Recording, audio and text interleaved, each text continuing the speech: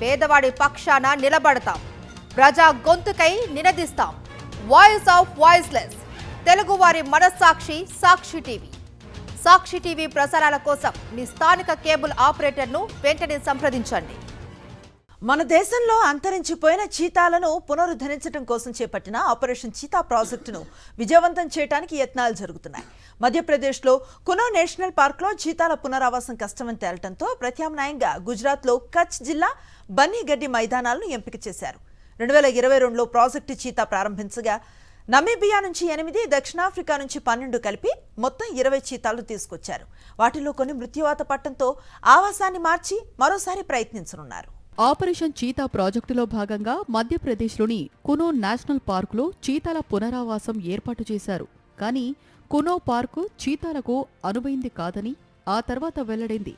కొన్ని చీతాలు పిల్లలు పెట్టినా తరచుగా చీతాలు మృత్యువాత పడటం మొదలైంది. మొత్తం 10 చీతాలు చనిపోవటంతో ఆ ప్రాజెక్టు ప్రశ్నార్థకంగా మారింది. ఆసియాలో జీవించిన చీతాలు ఆఫ్రికన్ అడవుల్లోని చీతాలకు చాలా వ్యత్యాసాలు ఉన్నట్లు గుర్తించారు. కునో పార్కు ఆఫ్రికన్ గడ్డి మైదానాల తరహాలో లేకపోవటం, పరిమితమైన అటవీ ప్రాంతం, వాటికి అవసరమైన ఆహార జంతువుల కొరత, అడవిలో గడ్డి పరిధి ఎక్కువ ఉండటంతో చీతాల వేగానికి ఆటంకం కలగటం, వాతావరణ మార్పులతో ఇన్ఫెక్షన్లు సోకటం, మానవ జోక్యం ఎక్కువ కావటం వల్ల అవి జీవించలేకపోతున్నట్లు తేలింది. ఈ నేపథ్యంలో చీతాల సంరక్షణకు ఆఫ్రికన్ గడ్డి మైదానాల తరహా ప్రాంతం కోసం అటవీ అధికారులు అన్వేషించారు. చివరికి కచ్ ప్రాంతంలోని బన్నిగడ్డి మైదానాలు అనువుగా ఉంటాయని తేల్చారు. ఇవి భారతదేశంలో ఉన్న అతిపెద్ద గడ్డి మైదానాలు.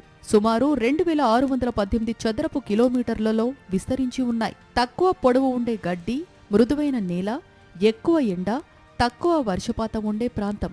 అలాగే చీతాలకు ఆహారంగా జింకలు, దుప్పులు, ఇతర జంతువులు సహా అనేక జీవులు ఇక్కడ నివసిస్తున్నాయి. ఈ ప్రాంతంలో జనసాంద్రత కూడా తక్కువగా ఉండటం వల్ల వన్యప్రాణులు స్వేచ్ఛగా తిరిగే అవకాశం ఉంటుందని నిపుణులు భావిస్తున్నారు. కచ్ ప్రాంతంలోని బన్నిగడ్డి మైదానాల్లో చీతాలను ప్రవేశపెట్టేందుకు ఏర్పాట్లు చేస్తున్నట్లు గుజరాత్ అటవీశాఖ వన్యప్రాణుల ప్రధాన సంరక్షణ అధికారి జైపాల్ సింగ్ తెలిపారు.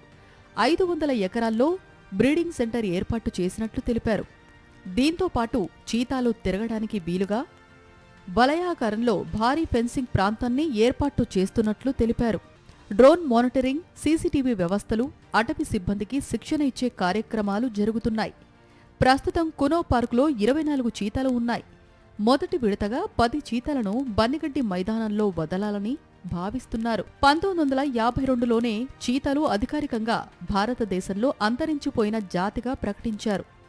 70 ఏళ్ల తర్వాత 2022లో ప్రాజెక్టు చీతా ద్వారా మళ్లీ వాటిని ఆఫ్రికా దేశాల నుంచి మన దేశానికి తీసుకురాగలిగారు. అయితే ఆఫ్రికన్, ఆసియా చీతా జాతుల మధ్య ఉన్న తేడాలు, వాటి ఆవాసానికి సరైన ప్రాంతాన్ని ఎంపిక చేయకపోవడం, ప్రణాళిక లోపం వల్ల సమస్యలు ఏర్పడ్డాయి. ఈ 3 ఏళ్లలో ఎదురైన అనుభవాలతో ఇప్పుడు కొత్త ప్రణాళికతో ముందుకెళ్తున్నారు. అందులో భాగంగానే గుజరాత్ బన్నిగడ్డి మైదానాలను ఎంపిక చేసినట్లు తెలుస్తోంది.